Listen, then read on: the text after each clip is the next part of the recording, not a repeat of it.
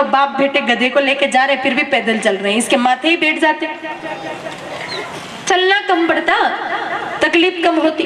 ये सुनकर के मेरे भाई बहनों वो पिताजी बैठ गए गधे पर। अब चलते चलते दूसरे गांव में गए, दूसरे गांव वालों ने देखा, कहा अरे राम राम राम, देखो कैसा बाप है, खुद का छोटा बच्चा तो पैदल चल रहा है और ये हट्टा कट्टा होकर के गधे पर बैठ गया है। अभी तो चलने लायक ये था तो इसको तो पैदल चलना था और बेटे को गधे पर बिठा देता। बाप ने विचार किया कि शायद सही कह रहे हैं ये लोग। अब मेरे भाई बहनों वो पिता तो उतर गए, बेटे को बिठा दिया, तीसरे गांव में गए, लोगों ने फिर देखा, कहा अरे राम घोर कलयुग आ गया, कैसा बेटा है, खुद गधे पर बैठ गया और बाप को पैदल चला रहा है। आजकल की औलाद है तो कोई सेवा वेवा करने वाली नहीं, देखो बाप पैदल चल रहा है, बेटा गधे पे बैठ गया। अब मेरे भाई बहनों दोनों ही बैठ गए।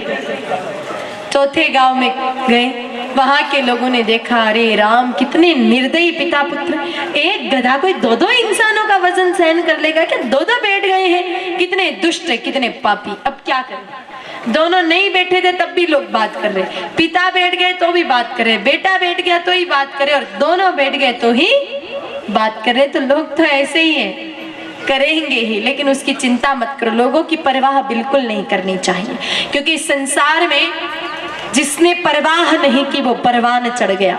मीराबाई सा को भी लोग मेरे भाई बहनों कितना कुछ कहते थे, लेकिन कभी चिंता नहीं की कि रानी होकर के नाचती है, रानी होकर संतों का संग करती है, कई तरह की बातें की, यहाँ तक कि लोग पागल कह देते थे मीराबाई सा को। सड़क से गुजरते तो वहां के लोग ऊपर छतों से कचरा फेंक देते थे मीरा माँ के ऊपर।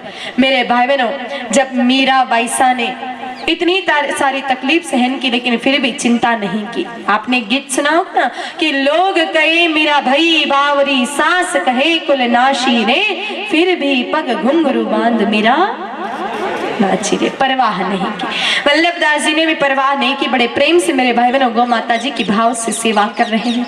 पूरा समय जो मंदिर के पश्चात मिलता था उसमें एक ही काम करते थे और वो है गौ सेवा। याद रखना, इसको कहते हैं समय दान। हर इंसान को अपने जीवन में 3 दान जरूर करने चाहिए। आप भी ध्यान से सुनना, 3 तरह के दान हर इंसान को अपने जीवन में करने चाहिए। समय दान, संपत्ति दान और संतति दान। समय दान मतलब कि 24 घंटे भगवान ने दिए हैं कुल एक दिन के, 24 घंटे में से आप 10% भगवत सेवा और गौ सेवा में लगा लो। मतलब 24 घंटे का 10% होता है 2.5 घंटा। 2.5 घंटे आप भगवत कार्य और गौ सेवा करो और बाकी 21.5 घंटे आप अपना काम करो। लेकिन आजकल मेरे भाई बहनों 2.5 घंटे छोड़ो, 2.5 मिनट का भी समय गौ माता के लिए किसी के पास नहीं है, तो फिर भगवान अपनी तरीके से लेना भी जानते हैं। याद रखना, भगवान के दरबार में हिसाब कभी किसी का चुकता नहीं रहता है, वो किसी का बाकी नहीं रहता है, सबका ही चुकता हो जाता है। कैसे? भगवान अपनी तरीके से लेना जानते हैं। ध्यान से सुनिएगा।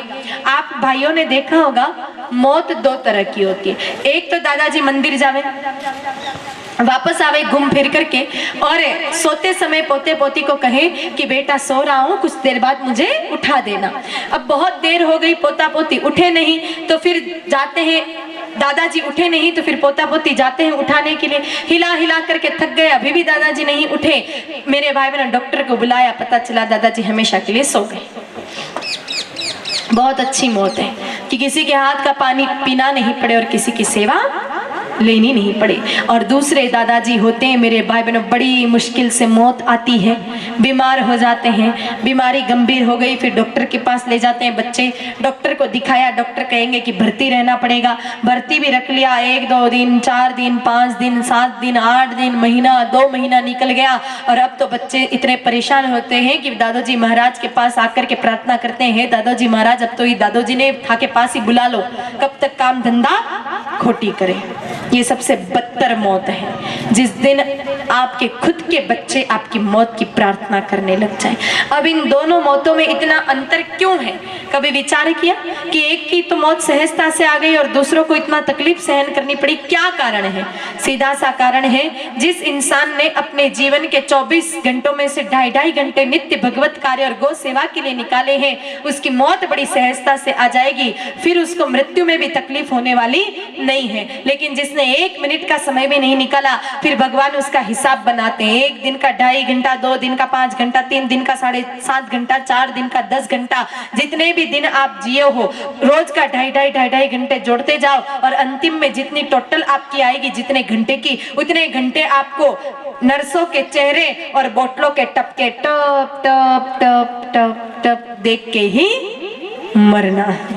अब तय कर लेना, समय देना तो पड़ेगा, या तो अभी गौ सेवा में दो और नहीं तो फिर अंतिम में हॉस्पिटलों के बेड पर पड़े पड़े निकालना, लेकिन निकालना तो पड़ेगा समय, कहीं ना कहीं तो निकालना पड़ेगा। सबसे पहला समय दान। दूसरा दान संपत्ति दान। जितना आप कमाते हो उसका 10% गौ सेवा में लगा दीजिए, भगवत कार्य में लगा दीजिए। 100 रुपए कमाते हो, 90 रुपए खर्च कर लो, पर कम से कम 10 रुपए तो निकालो। यहाँ तो 10 रुपए निकालना मेरे भाई बहनों बहुत मुश्किल बात है। 10 पैसे भी निकालने में नानी माँ याद आ जाती है, 7 पीढ़ियां याद आ जाती हैं। तो फिर भगवान यहाँ पर भी लेना जानते हैं। भाइयों ध्यान से सुन लेना, देना तो पड़ेगा, बिना दिए बच नहीं पाओगे। कैसे लेंगे भगवान? मैंने आपको एक बात बताई थी, गरीब इंसान को ज्यादा कोई बीमारियां नहीं होती। क्यों नहीं होती? उसके पीछे कारण है, क्योंकि वो गरीब है, पैसा कम है, वो दान नहीं देगा तो इसका हिसाब भी कम बनेगा। हिसाब कम बन रहा है तो उसको बीमारियां भी छोटी होंगी, सर्दी खांसी जुकाम बुखार। अब गरीब व्यक्ति डॉक्टर के पास जाएगा, डॉक्टर 50 रुपए तो सिर्फ नाड़ी पकड़ने के लेगा और 150 रुपए की दवाई दे देगा। कहा ले भैया ये दवाई ले जाओ और खा लेना। गरीब व्यक्ति सामने से पूछता है, डॉक्टर साहब कोई पथ परहेज रखना हो तो बता दो। डॉक्टर साहब कहेंगे नहीं भाई तू तो अलड़ बलड़ कुछ भी खा, जो मर्जी आए जो खा, बस गोली दवाई टाइम पे खा लेना, ठीक हो जाएगा, और हो भी जाएगा। लेकिन अमीर बीमार पड़े, डॉक्टर के पास जावे, 500 रुपए तो नाड़ी पकड़ने के लेता है डॉक्टर, फिर 5000 की दवाई देता है और ऊपर से 5 चीजें बंद करवाता है। बीमारियां भी कोई सामान्य नहीं, BP, sugar, cancer, heart attack, ऐसी बीमारियां। 5 चीजें फिर बंद करवाएगा। नमक मत खाना, मिर्ची मत खाना, गुड़ मत खाना, चीनी मत खाना, तेल मत खाना, घी मत खाना, क्योंकि अगर नमक ज्यादा खा लिया तो बीपी बढ़ जाएगी, अगर मिर्ची ज्यादा खा ली तो एसिडिटी अल्सर हो जाएगा, गुड़ चीनी ज्यादा खा ली तो फिर शुगर की बीमारी हो जाएगी, और घी तेल तो बिल्कुल मत खाना। 2 ब्लॉकेज पहले से है, तीसरा और हो गया राम नाम।